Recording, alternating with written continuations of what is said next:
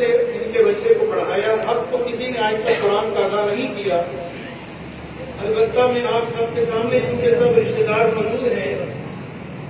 جس طرح ہم چاہتے تھے کہ وہ دور دوبارہ سے بحال ہو جائے کہ حفاظ کی خدمتیں ہوں, ان کا اعزاز و اکرام ہو, ان کے لیے دل و جان سے ہم ہر چیز نچھاور کر دیں کہ انہوں نے ہمارے بچوں کو اس قابل بنایا. اور در حقیقت استاد کی عزت قرآن کی وجہ سے ہے.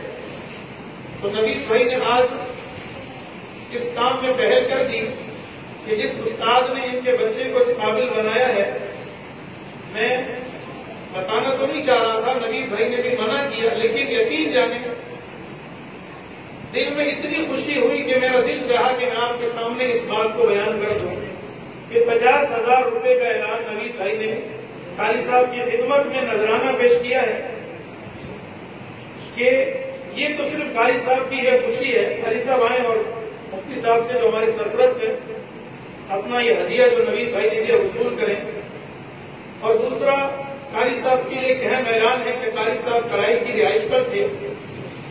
بڑی پریشانی کی زندگی آج کل, مہنگائی, مسائل کتنے ہیں, تو نوید بھائی نے قاری صاحب کے لیے رہائش کا بندوبست بھی فرما دیا.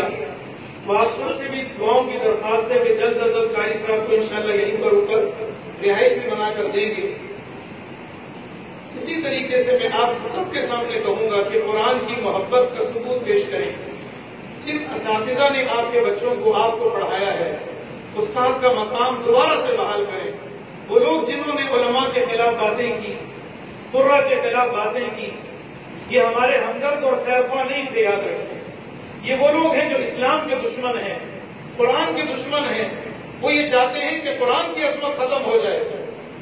ان کو مجھے اور آپ یا میری داڑھی اور پگڑی یا کسی کی ٹوپی سے کوئی سروکار نہیں. وہ در حقیقت اللہ کی دشمنی مول لینے والے ہیں. وہ چاہتے ہیں کہ علماء کی اس دنیا میں کوئی قدر و قیمت نہ ہو تاکہ لوگ اسلام سے متنفر ہوں. لیکن الحمدللہ آج نوید بھائی نے بات ثابت کر دی کہ ہم الحمدللہ زندہ ہیں, اسلام کی خدمت کے لیے اپنا تن من دھن سب کچھ قربان کر دیں. بہت خوشی کی بات ہے. آپ سب سے بھی یہی درخواست ہے کہ آپ اس مجلس میں اور آخر میں مجلس کی اختتامی باتیں ہیں تو مفتی صاحب سے میں کہوں گا کہ ہمارے سرپرست بھی ہیں. اور ایک بات کہیں, جس طرح یہ مسجد آپ سب رشتے دار آج آئے ہوئے ہیں, کچھ ایسے ہوں گے جن کے علم میں ہے, کچھ کے نہیں بھی علم میں ہے. نوید بھائی نے